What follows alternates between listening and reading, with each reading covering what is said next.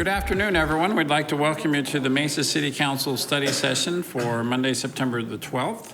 I'll note that we're held here. We expect the arrival of Mr. Thompson shortly, but the rest of the council is here. Item 1 on our agenda is to review our agenda for tonight's council meeting.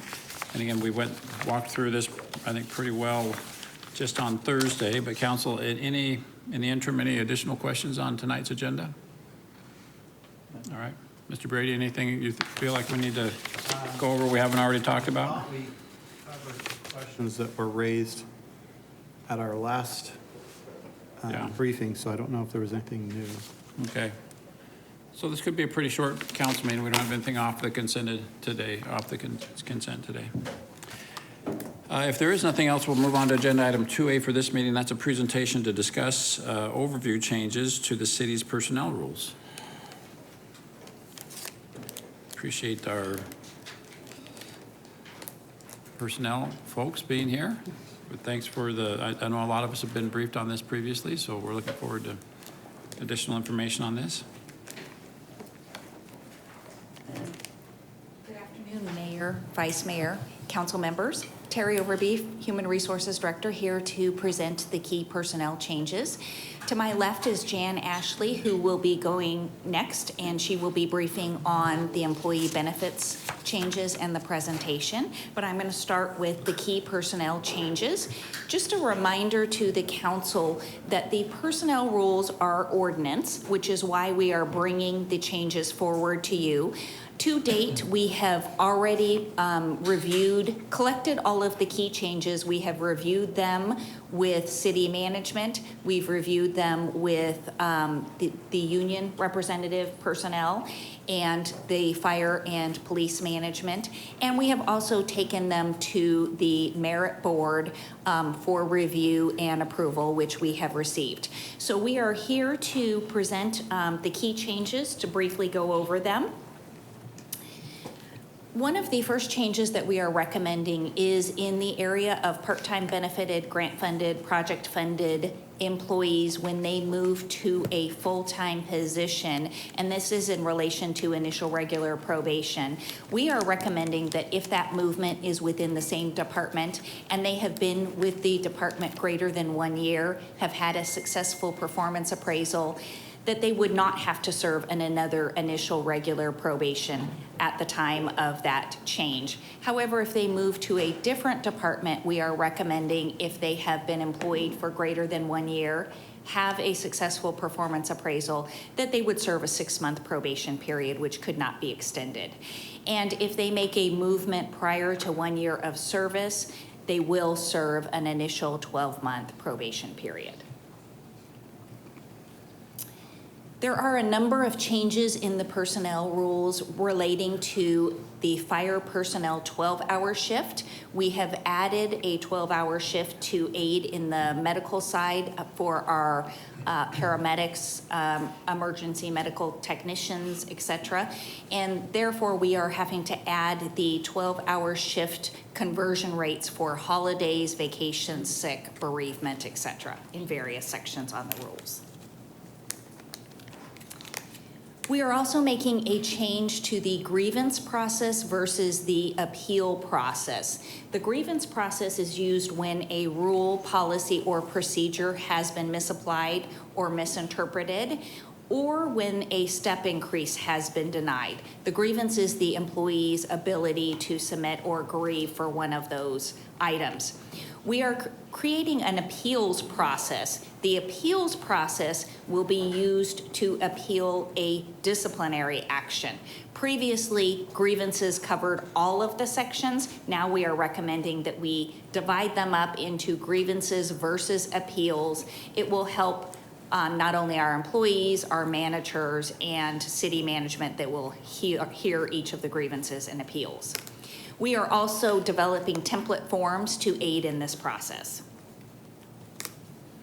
Written counseling is one of our first levels of a non-disciplinary action. Right now, the written counseling is signed and it is maintained in the employee's official personnel file. We are recommending that that change be moved to the supervisor's workstation file because it is a non-disciplinary form of action and that it would no longer be signed. And in addition, this would take the place of the non-disciplinary memorandum of understanding, which is also currently kept in the supervisor's file. So there will just be one document as the written counseling that would go in the supervisor's file. We are also making changes to the suspension process. Right now, employees are entitled to a pre-deprivation hearing. It is required for suspensions, recommended suspensions of 16 hours or greater. We are recommending that those change to 20 hours to coincide with the city's workplace schedule of 10-hour workdays.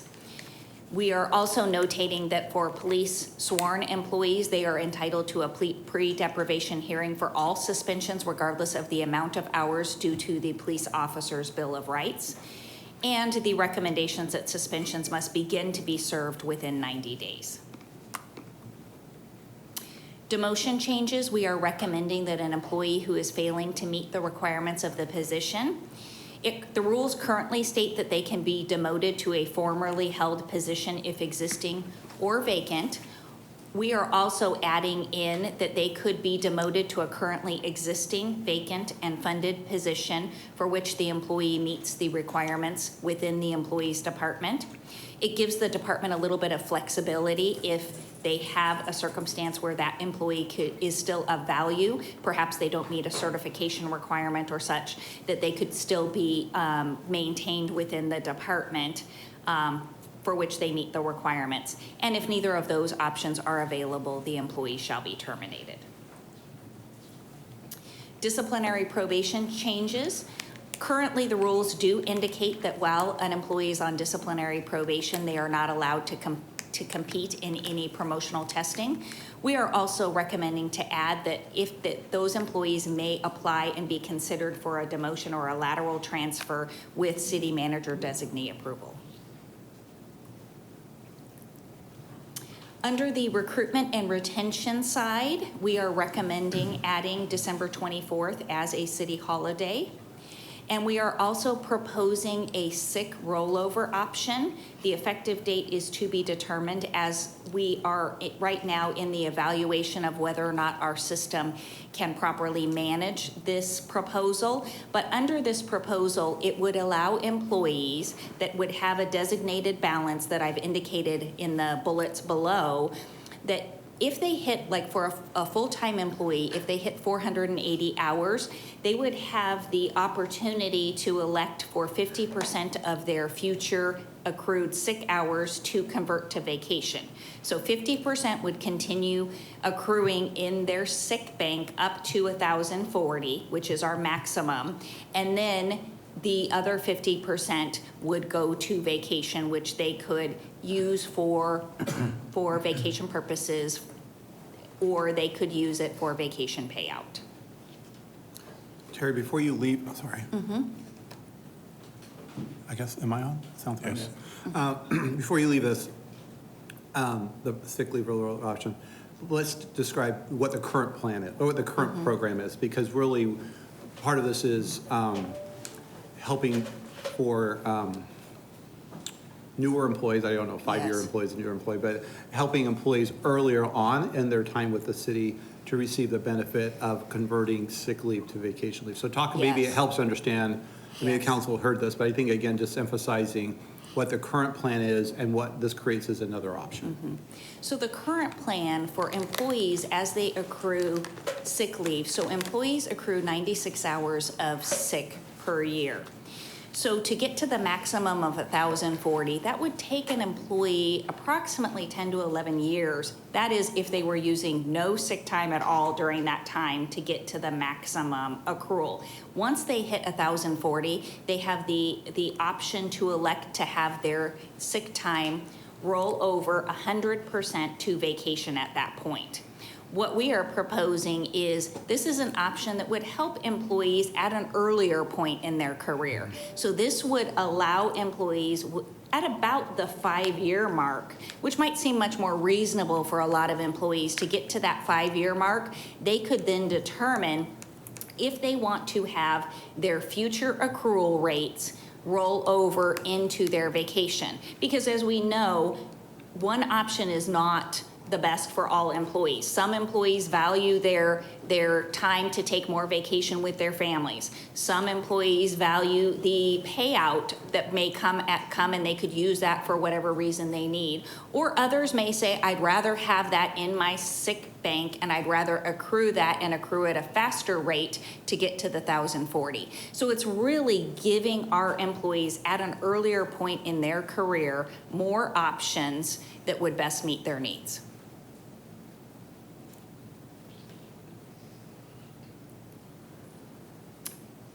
The dates regarding the personnel rule changes is we will be introducing the ordinance next week, which is September 19th. And then that will be the point to repeal and replace the personnel rules, the current rules that are in effect. Then we will be coming back to you on October 3rd in the public hearing to take action on this ordinance change. And then 30 days later is when the rules would go into effect, which would be November 2nd. Any questions from the council, mayor, vice mayor? Thank you. Ms. Pillsbury. How often do you make these changes and what prompts the changes? And since I haven't been here for some of this before. So we make changes as needed. The last time that we brought the rules for changes was in September of 2019. So it was 3 years ago. Some of the reasons why personnel rules changes are if there are changes in state or federal laws, if we are making changes to benefits, to policies, procedures.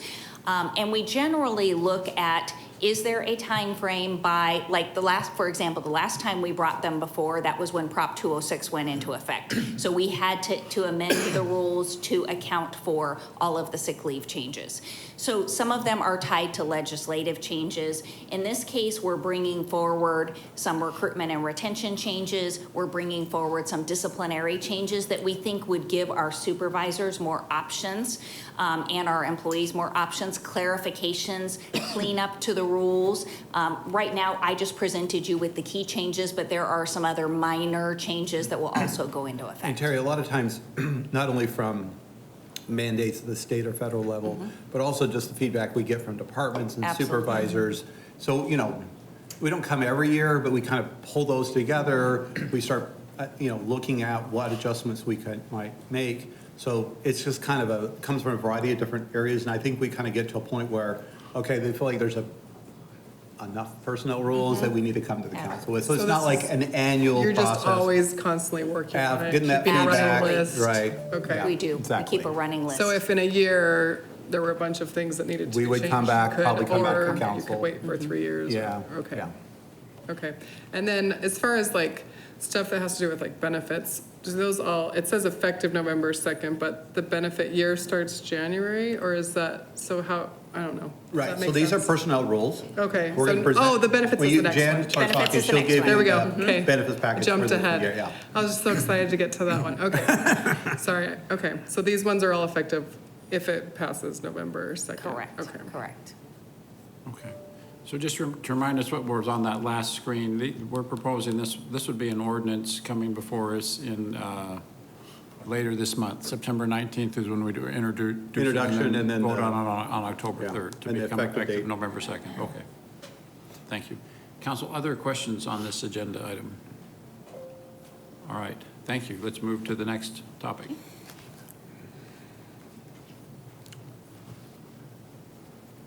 And this, again, Council Spills are a great question. So this is Jan's annual presentation to the council. You do this one every Yeah, so this is something you will always see every year, so. Good afternoon, Mayor, Vice Mayor, and Council. I'm very pleased to be here today to give you some highlights on the city's plans for employee benefit programs in 2023. All of our current programs, vendors, administrators, and insurers have been continued or renewed to support the 2023 programs. These programs have continued funding from the city, from employee and retiree premiums, from state retirement system subsidies, and from other third-party administrative credits, subsidies, and rebates. Jan, real quickly, I apologize, but I think we may take it, we're taking a little bit for granted. I think you said it, but let's be clear. You went through a whole process, right? Or we're in the year we're selecting the continuation of the benefits for another period of time? It can depend which year you're in. So Yeah. we recently selected the third-party administrator for the medical plans. Right. All of the other contracts are Fair in enough. regular renewal or ongoing guarantees. But the council may run into representatives from Cigna, seems to show up at a lot of conferences. So they need to know that that's been continued, or Yes. I don't know the word, went through a It's a process. new contract, It's a new yes. contract. It was a Thank you. new I just- RFP process. I know Yes. how things like that happen, so I just want to make sure, you know what, you can now say, oh, yes, we went through and it could be their competitors too. We've gone through a fully vetted process to select the administrators. Right. Is it a 3-year? Generally, it's a 3 to 5 year Okay. period, and maybe as much as a 2-year renewal opportunity thereafter. Anyway, I just want to make that clear going forward, so. So to follow on from Mr. Brady's comments, our ongoing vendor partners include Cigna for our medical plans, Delta Dental of Arizona for our dental plans, VSP for vision care programs, ComPsych for our employee assistance programs, MetLife for life and AD&D, accidental death and dismemberment insurance, Unum for our short-term disability programs, and then our on-site care medical professionals at our Employee Health and Wellness Centre.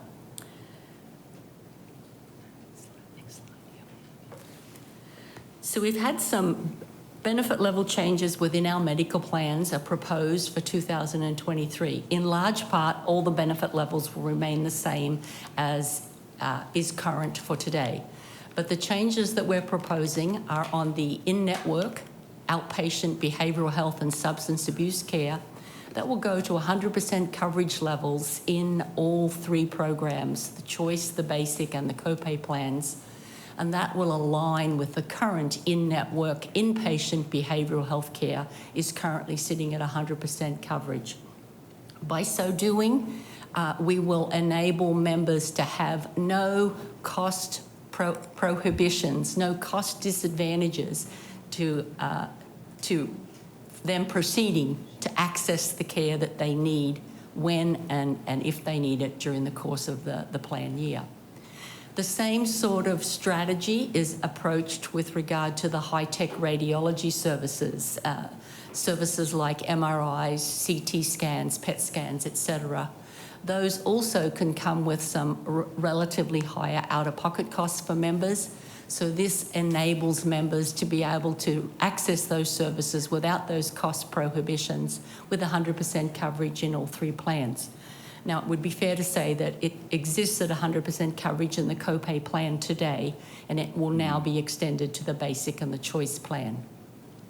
And then one last change is with regard to what is called a global maternity fee for those that require maternity service coverage under the plan. This will provide more cost predictability in this particular area and enable that the choice plan will have this available as it has been in the basic and the copay plans today, meaning that professional services from the obstetrician gynecologist or other medical professional who provides the pre and postnatal care and the delivery care, that would be at a flat $300 copay arrangement within the plan. The member would still be responsible for deductibles, co-insurance and co-pays for other care services that are needed in the maternity environment, such as the inpatient hospital or a birthing centre, anesthesiology fees and other fees that go along with those sorts of care needs. Cost containment activities that we're recommending to put into the medical plan in 2023 is to exclude gene and cellular therapy products and related services from the program in order to allow the plan enough time to review all the data that comes in this particular area, which is a very high-cost area, to ensure that it's safe and efficacious for members and that it can provide appropriate outcomes, clinical outcomes, that are, shall we say, worth the money for getting them into the programs accordingly. So for right now, while all of that is going on, we're recommending that there be an exclusion on these services to protect the plan in a cost-containing environment. Our flexible spending account program is enabled by IRS guidance and regulations to increase the annual election amount. Next year it will become $28.50. It's currently sitting at $27.50. This makes the plan be competitive and member-friendly with being able to maximise their healthcare spending election amount. The rollover amount in the healthcare spending account program has also been increased, or will be increased in 23 for 24 to $570. Again, providing some member protection of any miscalculations that they might do about the annual election amount, so that they've got some rollover opportunity to the following year. There'll be no changes in the dependent care FSA annual limits, and there are no rollovers currently allowed under IRS regs for that particular program. The vision care program is in an... Excuse me, Jan. Jan, I have a question. Yes. So on the rollover, do you have to notify your office that an employee needs to roll it over, or is it automatically done? You look at the account and say, hey, they can move over 570, well, whatever the current amount is? It's automatically done by our third-party administrator, which is Navia Benefit Solutions. That's part of the process that goes on in the run-out period, the first 90 days after the plan year ends, while they're evaluating what amount of rollover is available to each member. They anticipate getting it done by the end of February each year, which will be much sooner than what we've had in past years. It used to be the end of April. And so those rollover amounts for those that are eligible, and the one big proviso is they need to have a new account in the new year in order to be eligible to have a rollover from one year to the next. Okay. So they've got to keep on top of that. But if they're eligible, then it gets to roll over and it's done automatically. And they're notified that it's happening when the time comes. Okay, thank you. Okay. The Vision Care program is currently a guaranteed period of premium, so no premium changes are anticipated to occur for the next 3 or 4 years. But there's one slight enhancement to the benefit levels that normally wouldn't come when you're not in a renewal period, but we had the opportunity and it was not going to result in any additional premium cost, so we decided to put it in place because it's for the benefit for the member. And that's allowing that the retinal digital photographic screenings, to the extent that any one particular provider charges for those screenings, it will be at a fixed $20 copay amount, rather than the current scenario, which is up to $39 that could have been charged for that particular service. Our short-term disability insurance program is the only other program that is having a change in 2023. This program was subject to renewal and negotiation relative to premiums.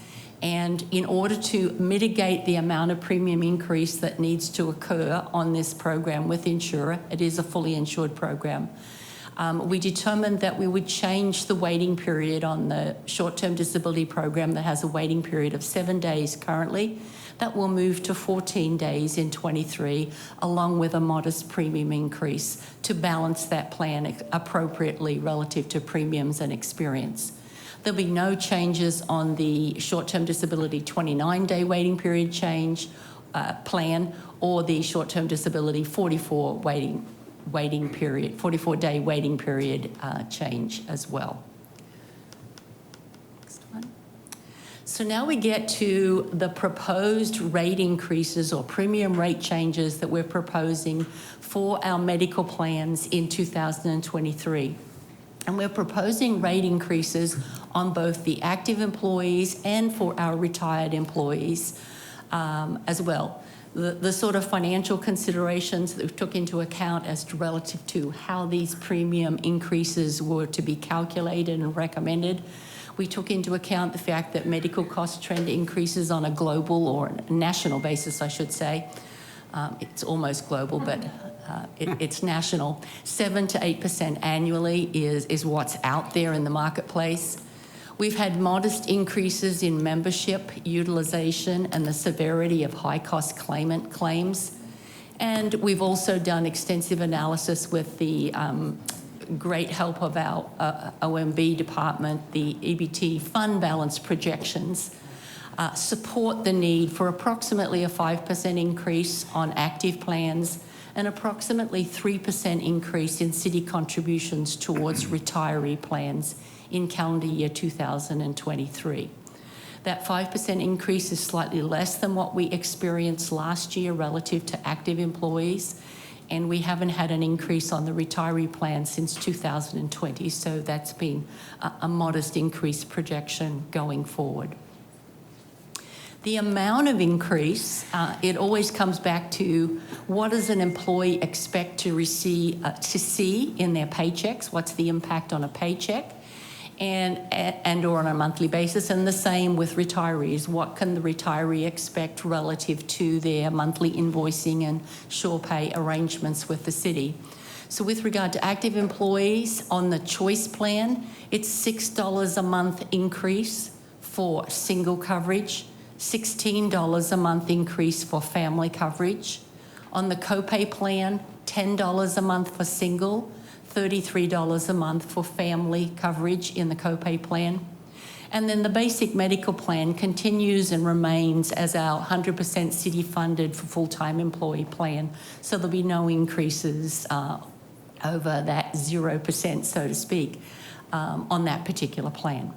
For retirees, same scenario, except that, of course, it's on a monthly payment basis. $6 to $14 a month rate increase for the retiree choice medical plan, $12 to $24 a month increase for retiree copay medical plans. And then for most retirees on the basic plan, there's also 0 premium increase for the retirees. Those that have eligibility for full retirement system subsidies will be in that $0 increase category. This chart that's up on the screen now shows the actual city contribution amounts for active full-time employees on a monthly basis, the employee contribution amounts by plan, and then the respective differences or the increase amounts that we just referred to on the preceding slide. Our Mesa Wellness 360 program is a source of great pride and much achievement relative to our employee participation in these programs and our ongoing ability to provide these programs to our employees. So the 2023 wellness program goes live on November 1st, and it's through October 31st of next year. It will continue to have the WebMD technology platform and services. It's open to all employees. Those enrolled in city medical programs are eligible for incentives in the program. And then spouse and committed partners enrolled in city medical programs can also engage in the WebMD platform, events, and the rewards as well. The rewards continue to be the same type of reward structure that we've experienced over the last couple of years. 250 points enables a person to be eligible to get a $50 debit card or gift card. Then get up to 4 of those per year for a total of $200 worth of gift cards. And that can be for both the employee and the spouse that is participating separately and distinctly in the program. 1,000 points also entitles or enables an employee and the spouse to help that employee and contribute accordingly to get a $200 premium discount the next calendar year. So it could be a total of $400 of premium discount between an employee and their spouse that's covered in that particular medical program. There are also raffle prizes and other recognition for high achievers above 1,000 points and for non-medical plan members who are able to participate. So our non-benefited employees or those that aren't in the medical programs, they can participate in the activities, but they're not eligible for other than raffle prizes or other recognition accordingly. Jen, just give a few examples of how types of activities we've had to let employees get points, just a hand, maybe a few Just examples. for example, so there will be all the clinical-based ones, for example, getting your annual physical, wellness screenings, and other screenings that are recommended and advised to be happening on an annual basis. And then the more fun stuff, shall we say, the Beat the Boss program, with STEPS program. We've currently got a sort of a team-based STEPS program going on, reading challenges, and other events like that that enable engagement and encourage trying to achieve the respective rewards, which are quite valuable when you really take a look at it. Thank you.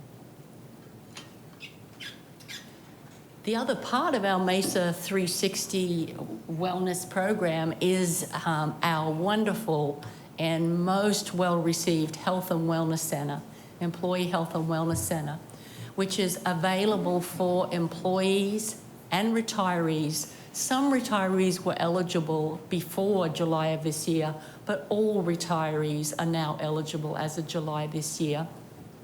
And their respective covered dependents who are enrolled in city active or retiree medical programs. These populations are now able to use the Health and Wellness Centre, which is a group of contracted medical professionals who deliver quality, accessible primary and preventive care services and dermatology screenings. And the biggie is free of charge to the participant at the time that they would use those services. Open enrollment is our opportunity each year to enable all of this good information to be presented to employees and available to them in a fun environment, especially when we get to the next slide, which is talk about the benefits fair. But I'll just talk about the open enrollment period for right now, October 5th through October 19th, so a 2-week period. We use and engage an online enrollment tool called eBen Mesa to allow both employees and retirees to access that enrollment tool and go in and do their enrollment, make any changes, just browse around or check what's new, etc. It's a passive enrollment except for FSA, flexible spending account enrollment. It is every year and always has been, because it's an IRS rule, that you must do it each year.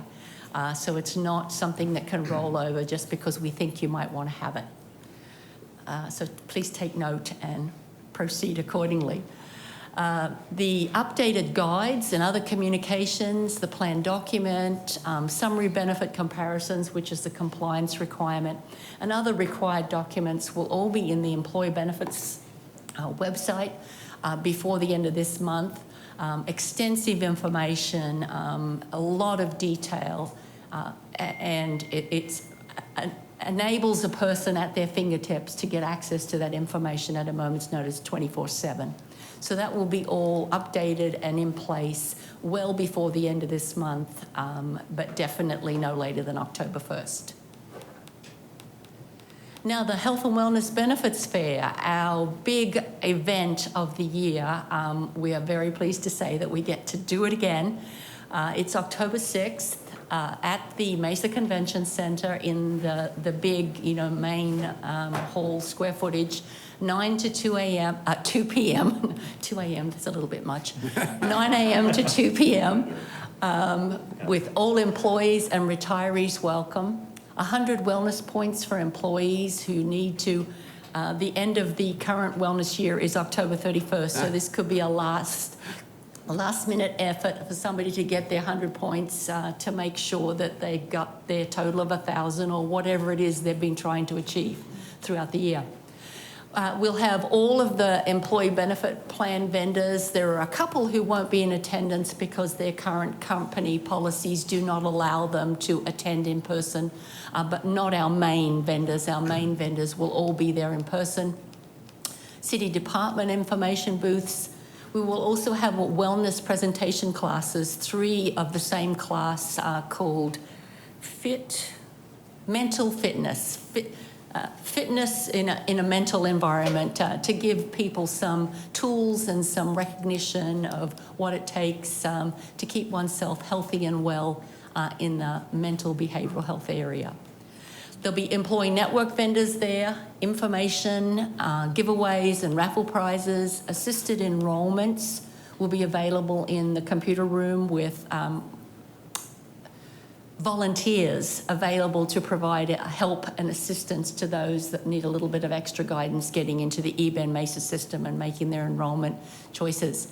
We will have flu shots back with our wonderful fire and medical department administering. First come, first serve, no need for an appointment, but you do need to get in line, so to speak. Mammography and POP appointments available through the mobile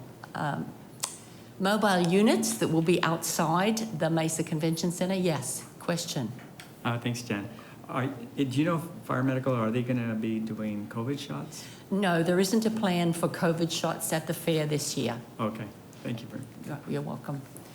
And then last but not least, the all-important food and beverage trucks outside the facilities so that we can keep ourselves hydrated and fed during the course of the equation. So that brings me to some recruitment and retention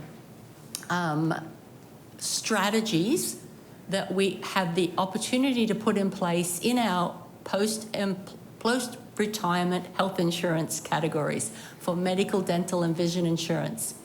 So effective January 1st of 2023, these medical and dental and vision insurance programs and city contributions for those program costs will be available to employees regardless of their hire date. Previously, the contributions by city ended 1/1/09 with hire dates of 1/1/09 and later. But employees will still be required to meet a number of different criteria, including they must retire from the City of Mesa, they must retire from one of the state pension plans, they must have a total of 20 or more years of cumulative benefit eligible service with the city, and immediately prior to that retirement, included in that 20 years or more service, is at least 10 years or more service that was consecutive immediately prior to retirement. So we're really proud and really looking forward to what this does for recruitment and retention strategies to have this new set of eligibility requirements in place. So Mayor and Council, I think you may have, we've talked a little bit about this. This has kind of been out there. This is, it was significant when we had to suspend this program because it was just getting so expensive and there really wasn't a system in place to really identify the city's liability to try to cover it. What makes this different now coming in 2023 is as we've looked at this and recognizing, you know, we've always stayed as a city, we're always trying to stay very competitive on compensation and benefits program. And I think we've done a pretty good job of that, actually. In the last couple of years, we've kind of led the region in taking measures to be competitive in pay and compensation. But we recognize there's, you know, everybody else is doing the same thing, right? Everybody else is increasing pay. We're kind of in these wars of, you know, who's going to pay the solid waste driver the most or whatever areas. So we'll have to still be competitive in that area, but we wanted to find something that we thought created real value for our employees and really for their families, and it was a sustainable long-term benefit. And so we kind of returned to this idea of post-retirement health insurance. And, you know, again, it's not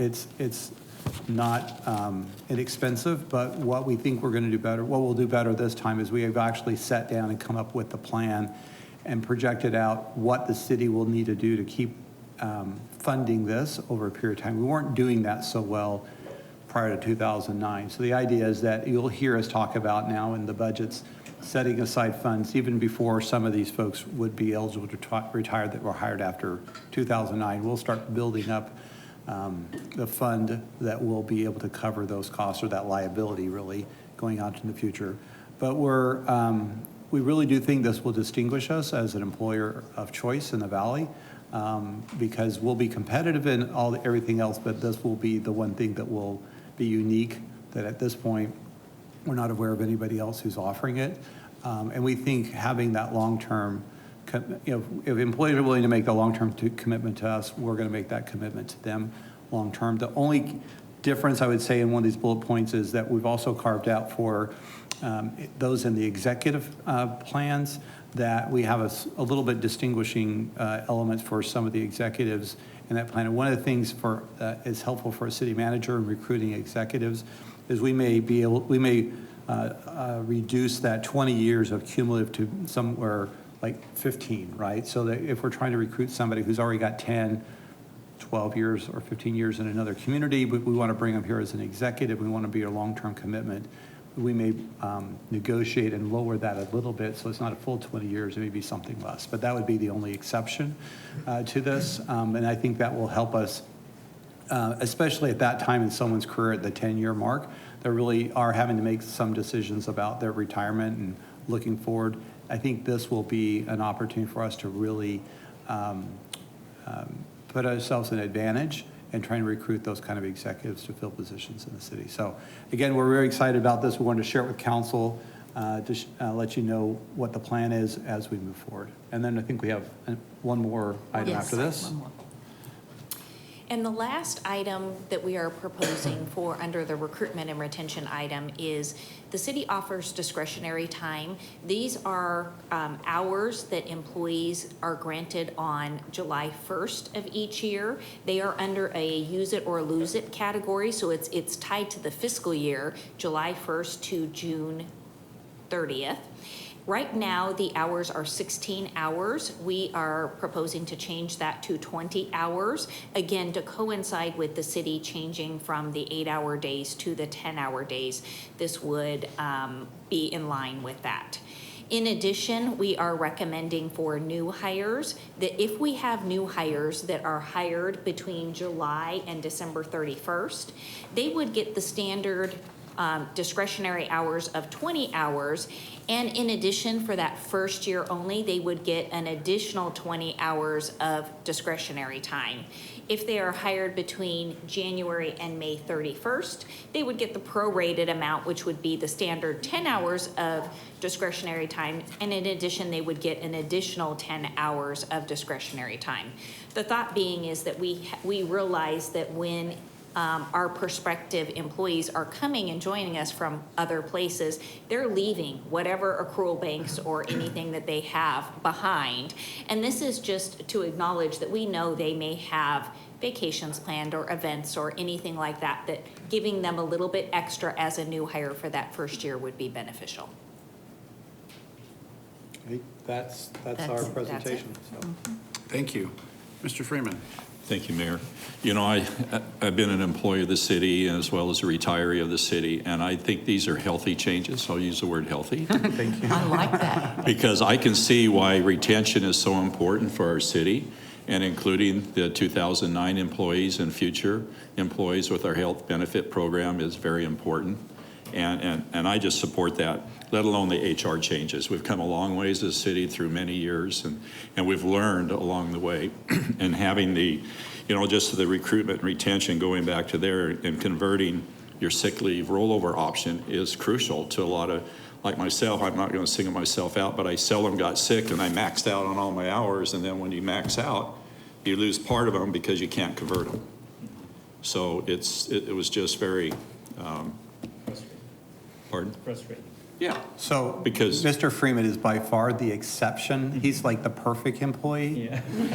The other motivation He said it, I sometimes did. is we have employees who use up their, because there's no motivation to sometimes, or it takes so long to really get that benefit, so they'll use up that sick leave and never accumulate it, because they just say, I'm not gonna wait 10 years. And so sometimes we have people who earn it and then burn it quickly, not like Mr. Freeman. Because of that reason, Yeah, that because there's reason. no value in There's no keeping value, it. right. Or it's just so far out into the future, it's not, they don't see that value, And- right?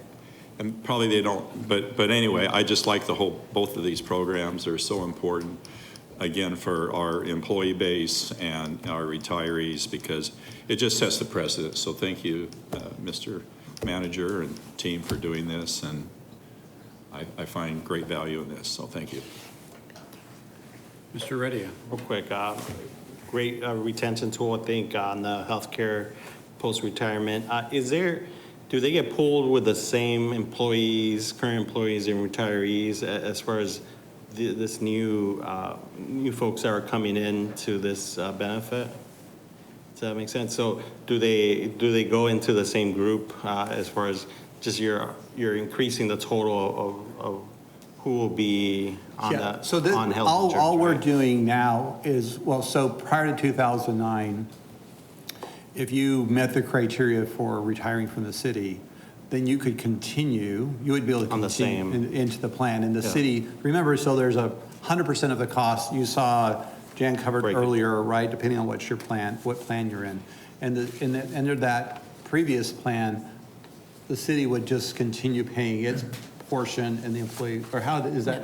No, under the current, what exists right today in 2022, the employee who might have retired in 2029 or later, because they were post-2009, if we didn't change the rules, they would have been responsible for 100% of the cost. But Jan was of talking about that the ones program. that retired like Mr. Friedman The retired. ones that retired with pre-2009 hire dates pay approximately 20% of the cost. Okay. Minus whatever subsidies they might be That's true, it's true. eligible That's true. for Yeah, from the higher state days, yeah. retirement Thank you, system thank you, yeah. subsidies. Okay.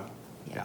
And does that have an effect, by adding, I'm assuming we're gonna add maybe hundreds and hundreds of employees? Well, it just means that if you were hired option. now after post-2009, now you go and you look at, before there wasn't even available of post-retirement health benefits. You would have to go out on the open market and purchase those. Now, recently, we've changed that. When did you make the, 2015. 2015, we allowed employees, they could continue in the post-retirement health benefit plan, but they had to pay out 100% of all the costs. Sure. So now we're coming back and saying, okay, wait a minute, if you are hired post-2009, you meet these eligibility requirements, you continue to pay your city, your 20%. Sure. And the city will pay its 80%, and you'll be able to do that post-retirement. Okay. Does that have any effect on the costs by adding Yes. amount of people? Yes, it will have an effect on the cost. And that's why we yes. have to do it now, because 2009, the employee still hasn't accumulated their, Sure. most of them 20 years with the city, but that's why we need to put something in place so we can start funding that now. Funding that, okay. Perfect, thank you. Other questions? As has been stated, this really distinguishes us, I think, in the public sector. And a lot of folks that are attracted to the public sector, it's because they are looking for retirement benefits. And so I think we need to figure out appropriately how to put the word on the street, that this is a real distinguishing characteristic about working for the city of Mesa, that's having your post-retirement medical benefits covered is a very significant benefit at a time of life when people are living on a fixed income. So I think this is something that currently, with the wage inflation and the workforce issues that every business is experiencing, I think this is a smart move and will help us with our own workforce issues.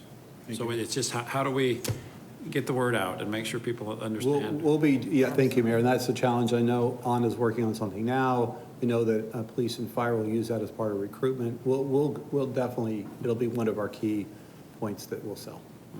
Great. Thank you. Council, any additional discussion on this item? This was just for information? Yes, the personal rules will come back to you, whatever, the 19th we said. We just wanted to brief you on this and moving forward. Mayor, what we have, Terry and And Jan up here, I just want to say, Terry does an amazing job. She has one of the most difficult jobs in the city, dealing with our employees and working with them on a variety of issues, both good, bad, and the ugly, but she does a great job of that. Jan is very, she's sitting here, does come every year, but I want you to know that a lot of the architecture of these plans has literally saved the city millions of dollars. And we can go back and look at how much, I think about the prescription programs that we put in place. We can see how much we paid in prior years and what we're paying now, and it's dramatic what she's been able to put in place. She is just a great resource for the city, so I just wanted to recognize her today, because it doesn't show up in kind of in a big way, a headline, but it happens in a very real way for our benefits program, so we appreciate her work. So she needs a raise. Hey, if she'll work for the city for 20 years, I'll give her lifetime. Wow, I don't know if, that's a great deal, Jan. You ought to take that. Yeah.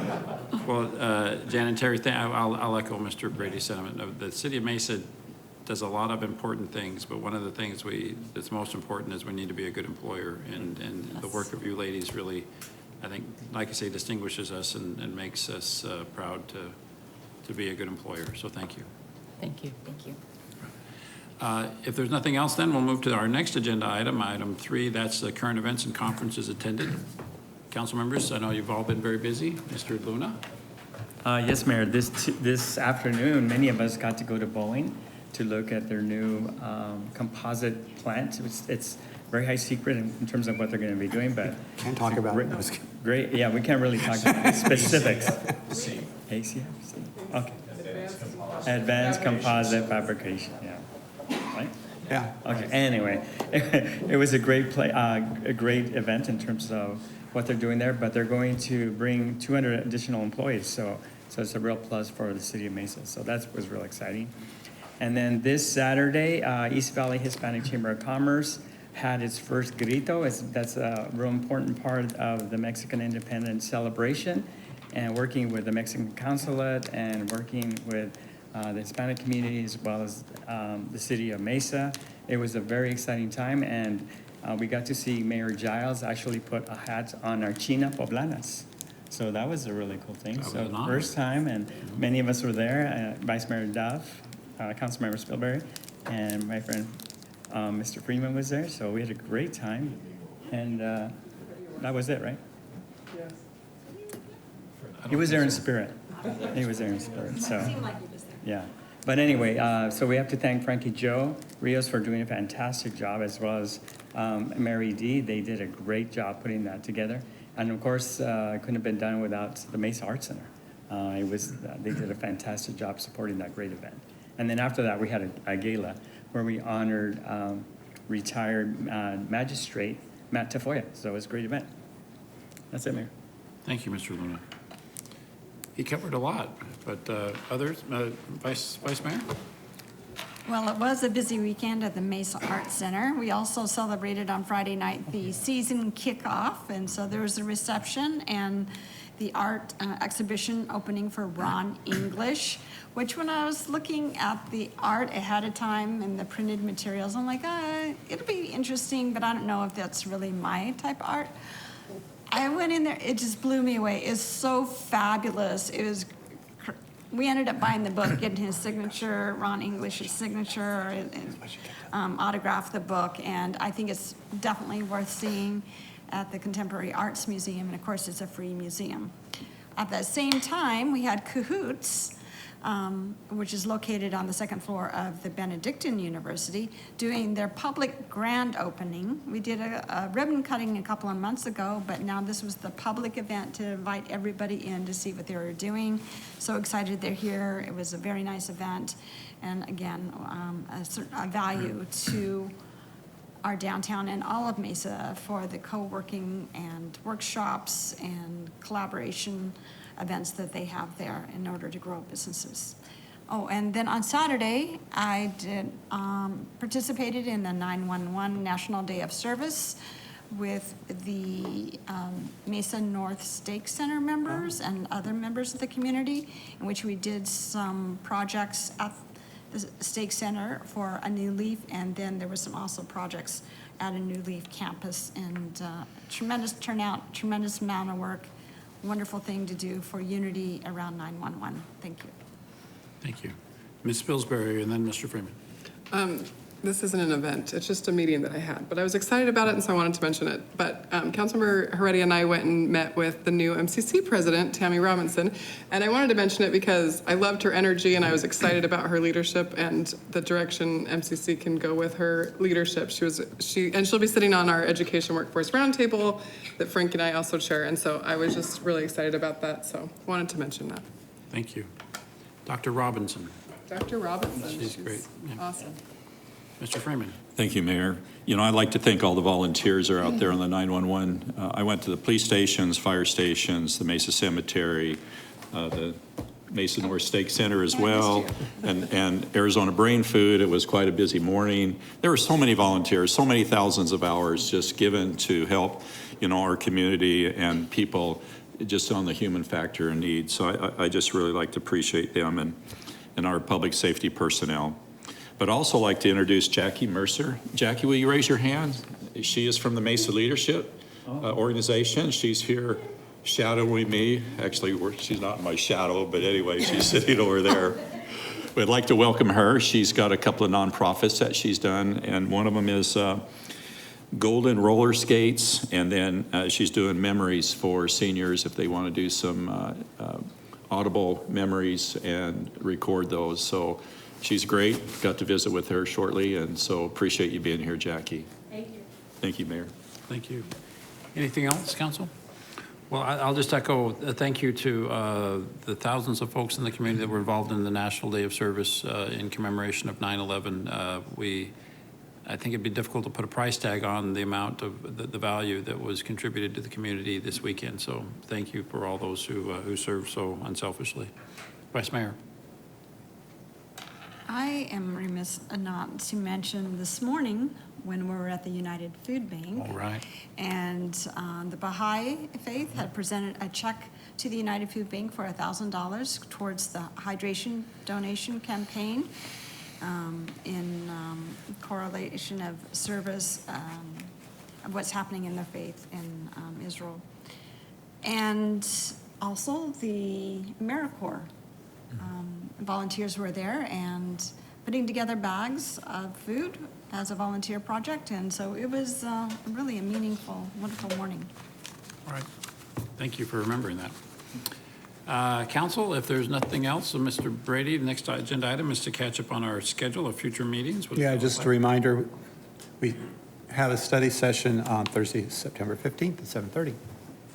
Okay, thank you very much. If there's nothing else, is there a motion during this meeting? Thank you, Mr. Luna, seconded by Mr. right on time. Heredia. All in favor, please say aye. Aye. We are adjourned.